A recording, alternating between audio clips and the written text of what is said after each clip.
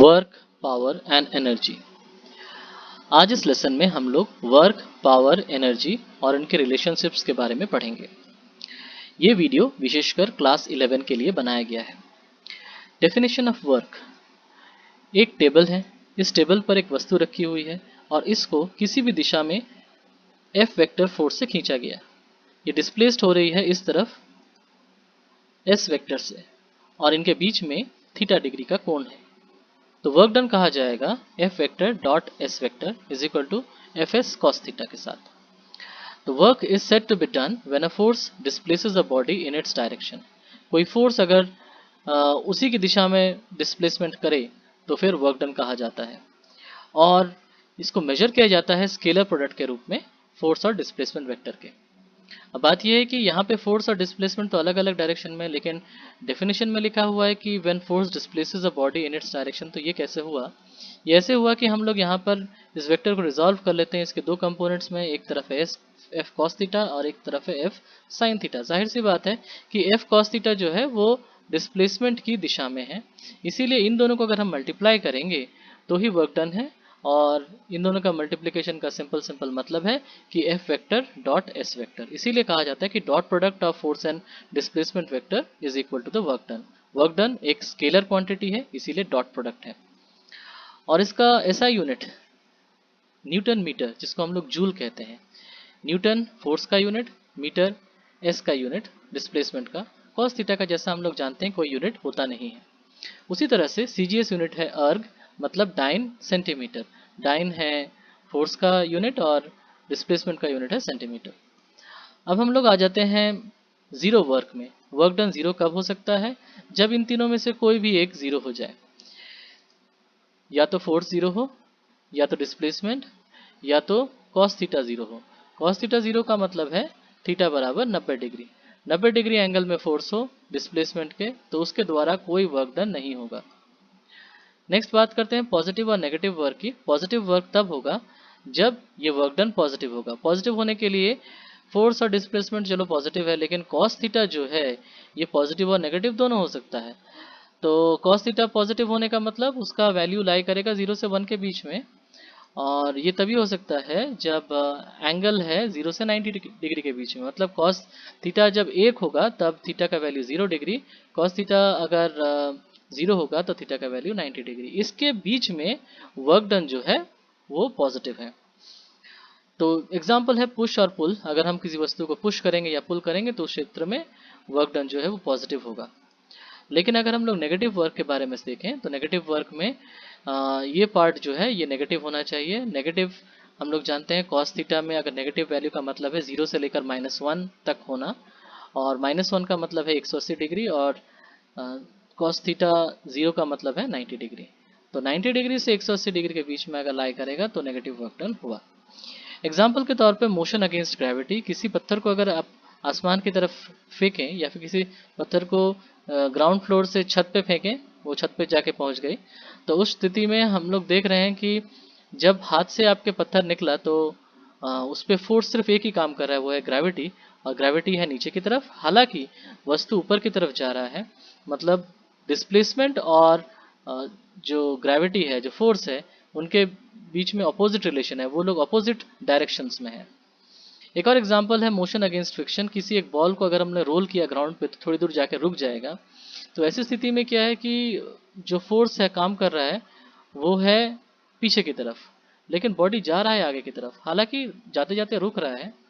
तो उस स्थिति में भी हम लोग देख सकते हैं कि फोर्स और डिस्प्लेसमेंट ऑपोजिट डायरेक्शंस में है, 180 डिग्री में है, negative work done.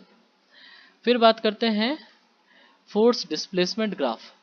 Force displacement graph बहुत इंपॉर्टेंट है, यहाँ से हम लोग वर्क डन निकाल सकते हैं। वर्क डन का फॉर्मूला है फोर्स इंटू डिस्प्लेसमेंट। अगर ये स्ट्रेट होता तो हम लोग जस्ट एरिया निकाल लेते, लंबाई इंटू चौड़ाई, लेकिन अगर ये वेरिएबल है इस तरह से, फोर्स समय के साथ साथ बढ़ रहा है घट रहा है, तो हम लोग पतले पतले स्ट्रिप बनाएंगे, जैसा हम लोग पहले इम्पल्स के क्षेत्र में देख चुके हैं। तो यहाँ पर हम लोग ने एक पतला स्ट्रिप बनाया, और ये जितना पतला होगा उतना आंसर के करीब होगा। इस पतले स्ट्रिप की जो मोटाई है वो है delta S, change in displacement, और इसकी जो हाइट है वो है एफ कॉस थीटा। तो F cos theta into delta S, ये आपको दे देगा यहाँ से यहाँ तक इस छोटे डिस्प्लेसमेंट के दौरान कितना वर्क डन हुआ। तो टोटल वर्क डन कितना हुआ उसको आप ऐसे सब स्ट्रिप्स को जोड़कर आप निकाल सकते हैं। इसका मतलब हुआ कि हम लोग स्टार्टिंग से लेकर लास्ट तक कितना वर्क डन किए या किन्हीं दो पॉइंट्स के बीच में कितना वर्क डन किए, वो निकालने के लिए उन दोनों पॉइंट्स के नीचे कितना एरिया, नीचे का मतलब है उन दोनों पॉइंट्स के साथ एक्स एक्सिस का, डिस्प्लेसमेंट एक्सिस का कितना वर्क डन हुआ वो कैसे निकालेंगे। डिस्प्लेसमेंट एक्सिस के साथ हम देखेंगे कि कितना एरिया तैयार हो रहा है। डिस्प्लेसमेंट एक्सिस के साथ जितना एरिया तैयार हो रहा है वही वर्क डन हुआ। ये पॉजिटिव भी हो सकता है, नेगेटिव भी। लाइन के ऊपर है तो पॉजिटिव, लाइन के नीचे होगा तो नेगेटिव। तो area under the force displacement graph gives the amount of work done. एक प्रॉब्लम सम के रूप में हम लोग समझ लेते हैं कि किस तरह से इसको किया जाता है। The relationship between the force and position of a body is shown in the figure. इस फिगर में देखो फोर्स और डिस्प्लेसमेंट के बीच में संपर्क दिखाया जा रहा है एक ग्राफ के द्वारा। अब बोला गया है what will be the amount of work done in displacing the body from x is equal to 2 to x is equal to 6।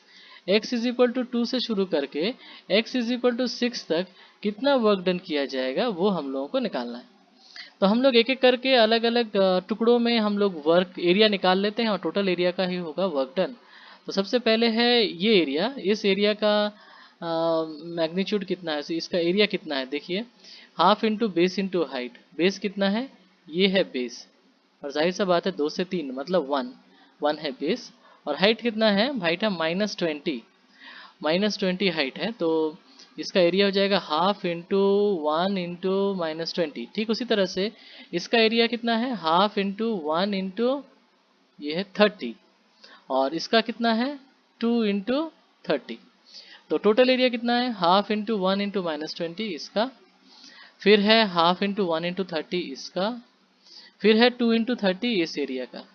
अब इन सबको जोड़ेंगे तो यहाँ पे है -10, यहाँ पे है +15 मतलब हो गया 5, और 60 मतलब 65 तो हमारा वर्क डन हो गया 65 जूल, 65 जूल।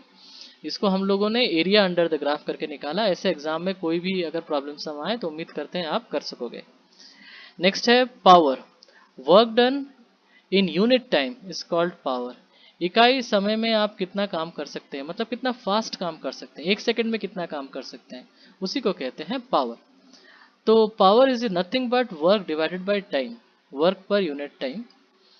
मान लेते हैं ये आदमी यहाँ पर पुशअप्स कर रहा है, तो ये कितने पुशअप्स कर रहा है ये उसकी एनर्जी बताती है, लेकिन कितना फास्ट पुशअप्स कर रहा है ये इसका पावर बताता है।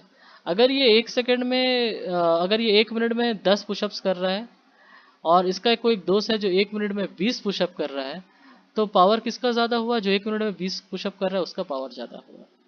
हालांकि ऐसा हो ही सकता है, जो 1 मिनट में 10 कर रहा है वो टोटल मिला के 100 पुशअप्स कर सकता है, लेकिन शायद दूसरा वाला उतना उससे कम कर सकता है, उसका एनर्जी ज़्यादा कम हो सकता है। एनर्जी का मतलब टोटल कितना वर्क कर सकता है, लेकिन पावर का मतलब हुआ कितना फास्ट वर्क कर सकता है। तो वहीं से हम लोग देख सकते हैं SI unit is equal to watt. Watt का मतलब है जूल पर सेकेंड, क्योंकि थोड़ी देर पहले हमने देखा वर्क का यूनिट है जूल, टाइम का यूनिट हम लोग जानते हैं सेकेंड, तो इसीलिए जूल पर सेकेंड, इसी को हम लोग वॉट से डिनोट करते हैं। और CGS यूनिट है अर्ग पर सेकेंड, अर्ग है वर्क का यूनिट और सेकेंड है टाइम का यूनिट। अब हम लोग बात करते हैं कि एक दूसरा संपर्क कैसे निकाल सकते हैं।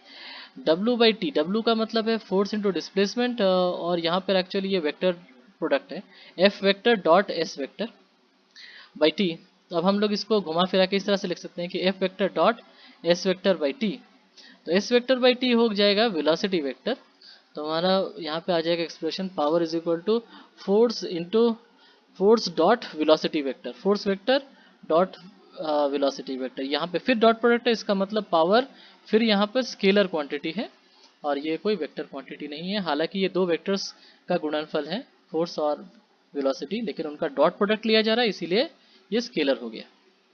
अब बात करते हैं एनर्जी की। Energy is the capacity to do work, कार्य करने की क्षमता।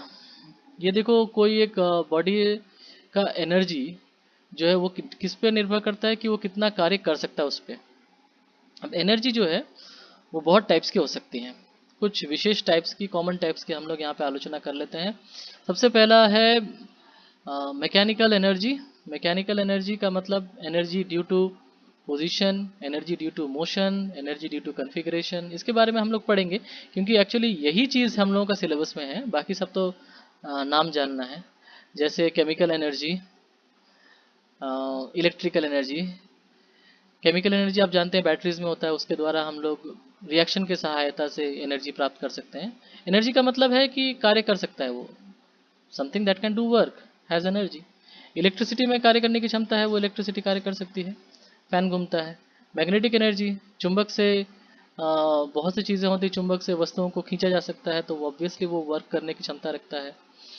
हीट एनर्जी, हीट से हम लोग स्टीम इंजन चला के फैन चला सकते हैं और इलेक्ट्रिसिटी जनरेट कर दुनिया भर के काम कर सकते हैं। तो heat is a form of energy, वो कार्य कर सकता है। नेक्स्ट है लाइट एनर्जी। लाइट से हम लोग जानते हैं अभी सोलर सेल के द्वारा लाइट से, प्रकाश से हम लोग करंट बना सकते हैं। तो light is a form of energy, it can do work. फिर साउंड इज़ एन एनर्जी। तुम देखोगे कि कहीं पर अगर बहुत बड़ा धमाका हो तो खिड़की के कांच अपने आप टूट जाएंगे। इसका मतलब साउंड का जो वाइब्रेशन उसमें एनर्जी है वो वस्तु को विस्थापित कर सकती है। और लास्ट में एटॉमिक एनर्जी है, जिसके लिए हम लोग देखते हैं कि एटम बॉम्ब्स बनते हैं। फिर न्यूक्लियर पावर प्लांट में इसका उपयोग होता है, बिजली बनाने के लिए भी उपयोग होता है एटॉमिक एनर्जी। तो इतने तरह के एनर्जीज हैं, लेकिन हम लोग पढ़ेंगे सिर्फ यहाँ पे मैकेनिकल एनर्जी के बारे में। मैकेनिकल एनर्जी क्या है? एनर्जी किसके वजह से? स्पीड की वजह से, पोजीशन की वजह से, या कॉन्फ़िगरेशन की वजह से। The capacity to do work due to its speed, position और configuration is called mechanical energy. अब एक एक करके देख लेते हैं। दो तरह का है, एक है काइनेटिक एनर्जी और एक है पोटेंशियल एनर्जी। काइनेटिक एनर्जी सिर्फ स्पीड के लिए होता है, कि जिसका सिर्फ स्पीड रहने की वजह से कार्य करने की क्षमता है, उसको कहते हैं काइनेटिक एनर्जी।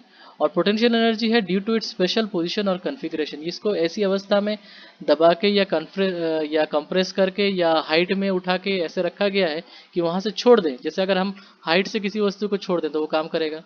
अगर किसी वस्तु को कंप्रेस करके रखा है, उसको छोड़ दें तो काम करेगा।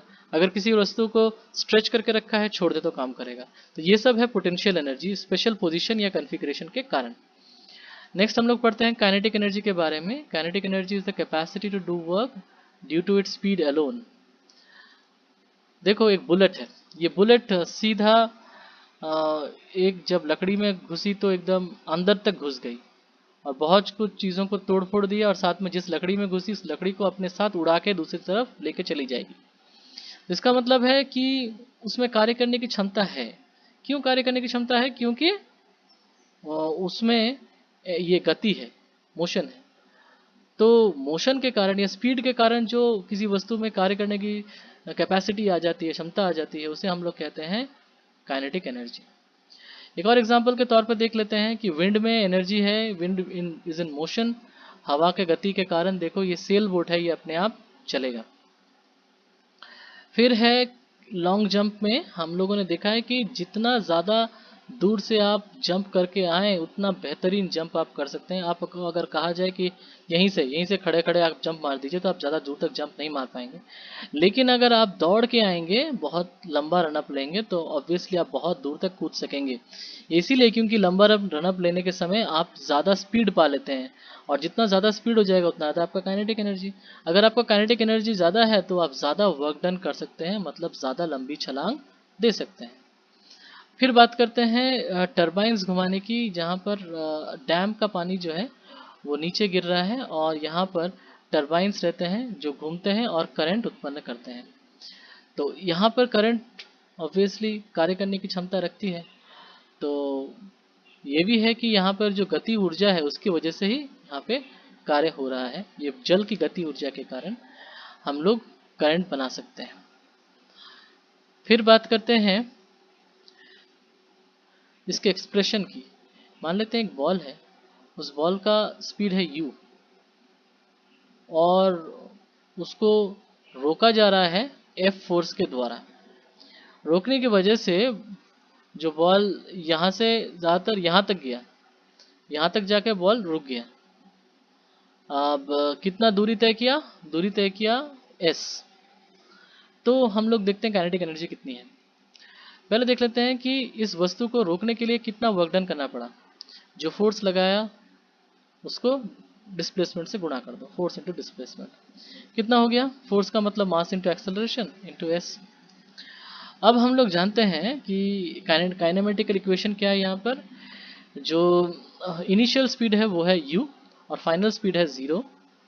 तो हम लोग बोलेंगे v square minus u square is equal to 2as। V square कितना है 0, 0 square is equal to u square minus 2as। इसका प्लस 2s होना यहाँ पे होना चाहिए था, हाँ यहाँ पे माइनस 2s इसलिए है क्योंकि यहाँ पर रिटार्डेशन हो रहा है, क्योंकि यहाँ पर आहिस्ते आहिस्ते क्या होगा, रिटार्डेशन हो रहा है, इसीलिए यहाँ पर प्लस की जगह पर माइनस साइन दिया गया है। तो हम लोग यहाँ पे एक्सप्रेशन पाएंगे a s is equal to u square by 2 और इसको यहाँ पर पुटअप कर देंगे m into u square by 2। तो हमारे पास एम ए एस का मतलब हो जाएगा m into u square by 2 और that is only work done. जितना वर्क डन करेंगे इसको बॉडी को रोकने में वही काइनेटिक एनर्जी के रूप में इसमें विद्यमान थी। इसका जितना काइनेटिक एनर्जी था उसके बराबर हम लोग को वर्क डन करना पड़ेगा इसको रोकने के लिए। तो इसीलिए इसका मतलब यह है काइनेटिक एनर्जी कितना था, यहाँ से इसके बराबर मतलब हाफ एम यू स्क्वायर। अब हम लोग बात करते हैं मोमेंटम एंड काइनेटिक एनर्जी की। मोमेंटम और काइनेटिक एनर्जी में क्या संपर्क है, ये मोमेंटम का एक्सप्रेशन है और ये काइनेटिक एनर्जी का। मोमेंटम का मतलब mass into velocity, kinetic energy का मतलब half into mass into velocity square.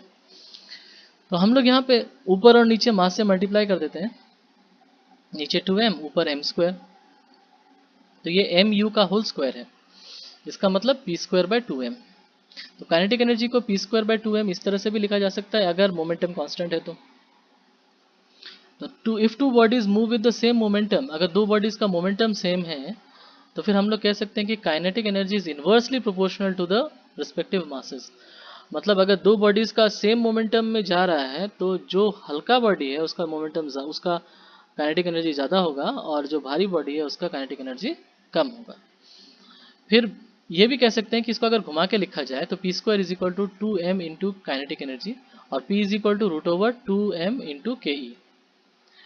अब वर्क एनर्जी थ्योरम जो एग्जाम्स में ज़्यादातर बहुत आता है, ये कुछ नहीं है, सिंपल सी बात है कि अगर किसी बॉडी पर हम लोग फोर्स F देंगे और वो डिस्प्लेस हो जाएगा बाय डिस्टेंस s, तो उस पर वर्क डन कितना हो जाएगा, फोर्स इंटू डिस्प्लेसमेंट मतलब m into a into S.